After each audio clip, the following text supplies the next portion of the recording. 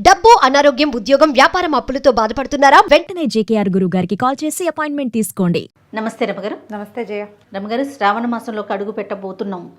అధిక శ్రావణ మాసం రావడంతో మనకు కొంచెం లేట్ అయింది, లేకపోతే ఈ పాటికి మనం శ్రావణ మాసంలో ఉండేవాళ్ళమేమో బహుశా. మరి శ్రావణ మాసం యొక్క విశిష్టత, శ్రావణ మాసం అనగానే అందరికీ మనకు గుర్తొచ్చేది వరలక్ష్మి వ్రతం. లక్ష్మీదేవికి ప్రత్యేకంగా మనం పూజలు చేసుకుంటాం, ఆడవారంతా కూడా నోములు నోచుకుంటూ ఉంటారు. సో ఈ మాసం యొక్క విశిష్టత ఒకసారి మాట్లాడుకుందామండి. మనం ఏటా 5 ఏళ్ల నుంచి చెప్తూనే ఉన్నాం.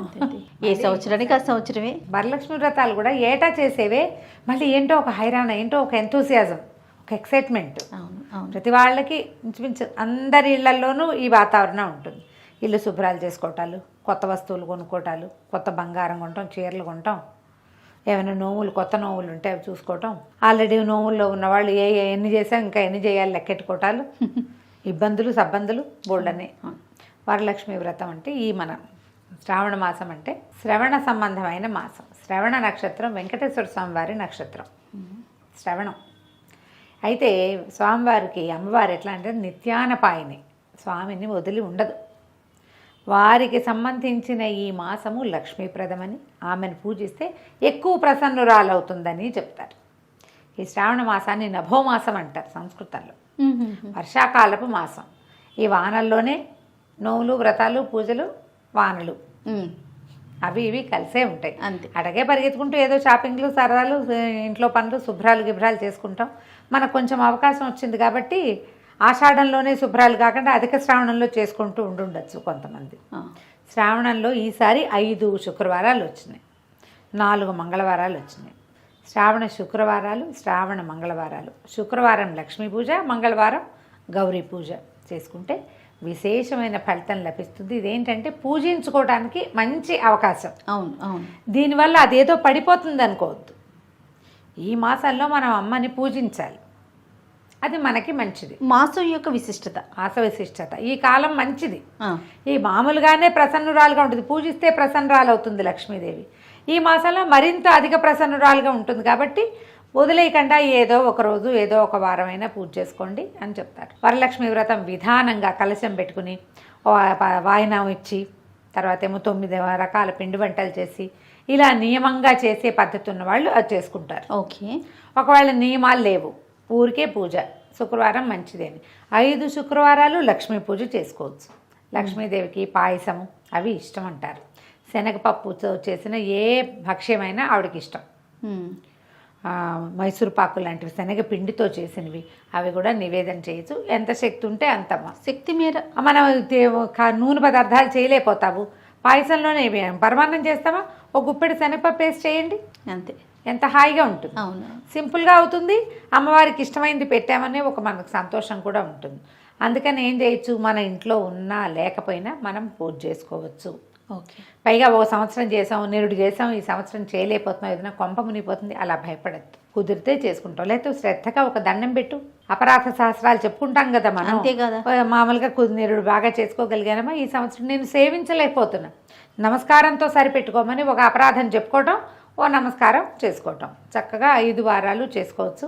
సాధారణంగా మనకేంటంటే రెండవ శుక్రవారం పౌర్ణమి ముందు వచ్చేది వరలక్ష్మి వ్రతం కాబట్టి ఈసారి వరలక్ష్మి వ్రతం అట్లా వస్తుంది. మనకి మిగిలిన 3 వారాలు ఉన్నాయి కదా, జనరల్గా ఏం చెప్తారంటే 3వ వారం మురికి వారం అంటారు. ఎందుకంటారో తెలియజేయ, మా ప్రాంతంలో అంటారు. అంటే వారం పూజ చేయరు, వ్రతం చేసుకోరు, పూజ చేసుకుంటారు. మామూలుగా శుక్రవారం పూజ చేసి వరలక్ష్మి వ్రతం చేయడానికి 3వ వారం పనికిరాదని కొన్ని ప్రాంతాల్లో ఉంది.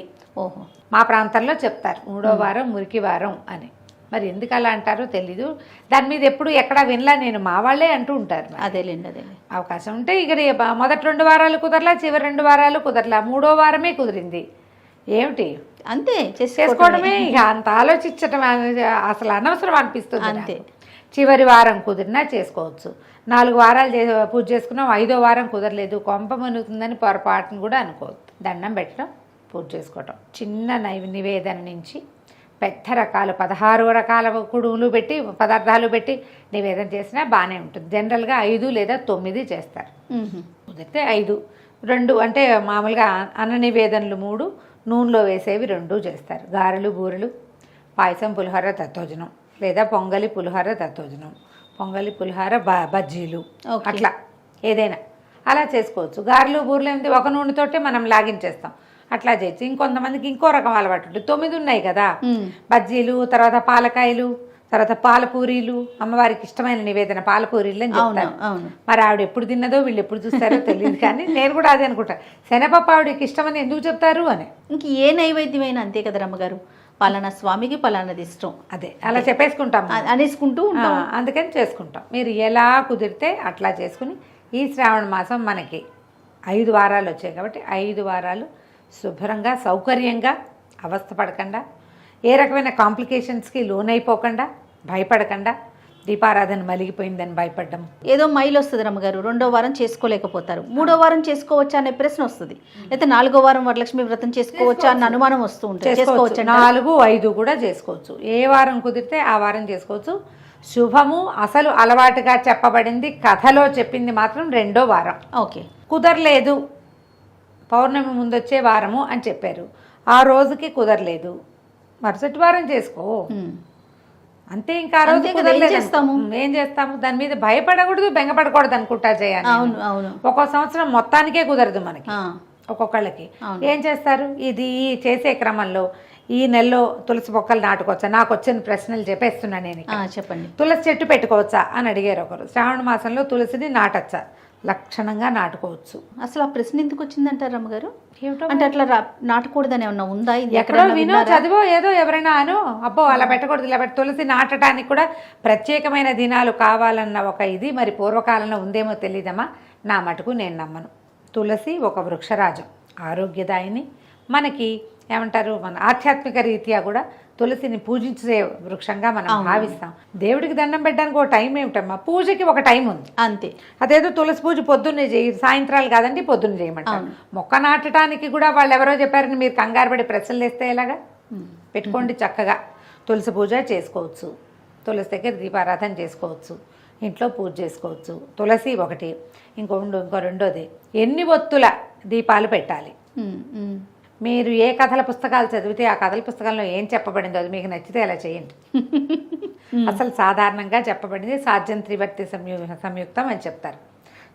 నెయ్యి వేసి, ఆజ్యం అంటే నెయ్యి, త్రివర్తి సంయుక్తం 3 ఒత్తులు అంటే బ్రహ్మ విష్ణు మహేశ్వరులని కొన్ని ప్రాంతాల్లో నమ్మకం. మేము 2 ఒత్తులవి 2 జ్యోతులు వేస్తాం. మా అమ్మగారింట్లో 2 ఒత్తులు కలిపి 1 జ్యోతి వేస్తారు. 2 ఒత్తులే వేసే విధానం మా అందరి ఇళ్లలోనూ ఉంది. శ్లోకంలో సాధ్యం త్రివర్తి సంయుక్తం అని ఉంది. ఏం చేస్తాం అయితే 1, లేకపోతే 2, లేకపోతే 3, మీ ఇంట్లో ఏదైతే అది 1. నెంబర్ 2, మీరు ఎవరిని ఫాలో అవుతారో వాళ్ళు చెప్పింది, లేదా మీ పురోహితుడు మీకు పూజ చేసేందుకు వచ్చిన అయ్యగారు ఎలా చెప్తే అలా చేసుకోండి, దాన్ని ఫాలో అయిపోండి. మళ్ళీ దీని మీద ఇలా పెడుతున్నాను కరెక్టా కదా అని ఇంకోళ్ళని అడగద్దు. ఎప్పుడు కూడా ప్రశ్నల మీదే మీకు అనుమానాలు పెరుగుతాయి. అంతే. నువ్వు అదే నీ అలవాటుగా చేసుకో, ఏమీ ఉండదు, ఇన్వాలంటరీగా గాలి తీసుకున్నట్టే. అంతే అంతే.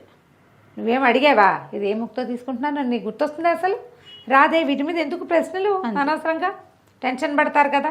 ఏం పడకండి, హాయిగా పూజ చేసుకోండి, చక్కగా చదువుకోండి. లక్ష్మీ అష్టోత్తరం చదువుకోవచ్చు, అష్టోత్తర శతనామావళితోటి ప్రకృత్యే నమః, ఓం వికృత్యే నమః అని ఒక్కొక్క నామంతో పువ్వులు వేసి పూజ చేసుకోవచ్చు.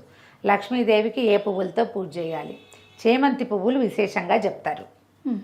మీ వాకిళ్లల్లో ఉంటే పారిజాతాలు, నందివర్ధనం, గరుడవర్ధనం, కనకాంబరాలు వాటితోటి కూడా చేసుకోవచ్చు. మల్లెలు, మొల్లలు దొరికితే వాటితోటి చేసుకోవచ్చు. జాజి పూలు దొరుకుతాయి, జాజి కూడా విశేషంగా చెప్తారు అమ్మవారికి. సంపెంగలు అవి దొరికితే చేసుకోవచ్చు. కమలాలు దొరికితే మరీ శ్రేష్టం. ఆవిడ కమలాలయ్య కాబట్టి పద్మంలో పుట్టిందని చెప్తారు కాబట్టి ఆ పద్మాలతోటి పూజ. ఒక పద్మం దొరికినా ఒక పద్మం పెట్టుకుని పూజ చేసుకోండి. పద్మం దొరకకపోతే చేమంతి పూలతో చేసుకోండి. మీరు చింతలు పెరిగి అనవసరంగా చేయవలసిన పూజ, చదువుకోవాల్సిన స్తోత్రం, ఉంచవలసిన భక్తి మానేసుకుని చెయ్యలేకపోయిన దాని మీద, జరగని దాని మీద ఏదో జరుగుతుందో అని భయపడి ఇంత బాధపడద్దమ్మా. భక్తుడికి మన తాలూకు భక్తి అనురక్తియే కావాలి. అందుకే భగవంతుడికి కావాల్సింది మన భక్తే, పువ్వు పూజ కాదు. కాబట్టి ఇవి శ్రేష్టం అని చెప్పారు. అవకాశం ఉంటే చెయ్యి, లేకపోతే మాని. అంతే. అవకాశం కోసం ప్రయత్నం చేయొచ్చు కదా. వాకిళ్లల్లో ఉండే పువ్వులతోటి చక్కగా పూజ చేసుకోవచ్చు.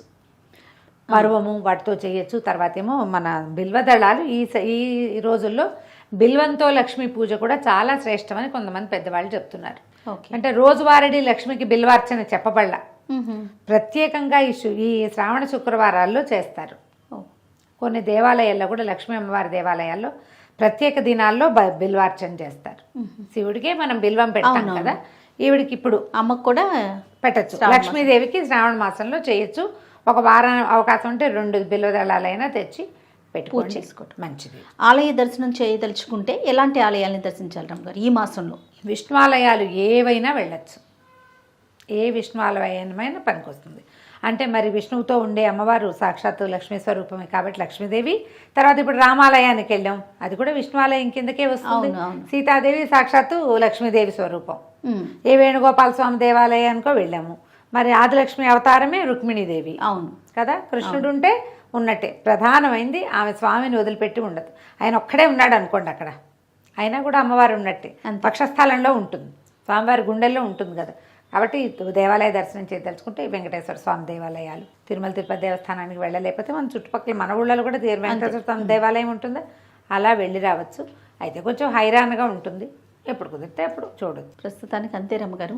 మళ్ళీ ఏమన్నా గుర్తొస్తే ఈ వీడియో చూసినాక మన ప్రేక్షకులకి ఏమన్నా సందేహాలు ఉంటే కనుక నెక్స్ట్ ఇంకొక వీడియోలో వాటిని మనం నివృత్తి చేసే ప్రయత్నం చేద్దాం. సరే, ఓకే అండి, నమస్తే. నమస్తే జయ.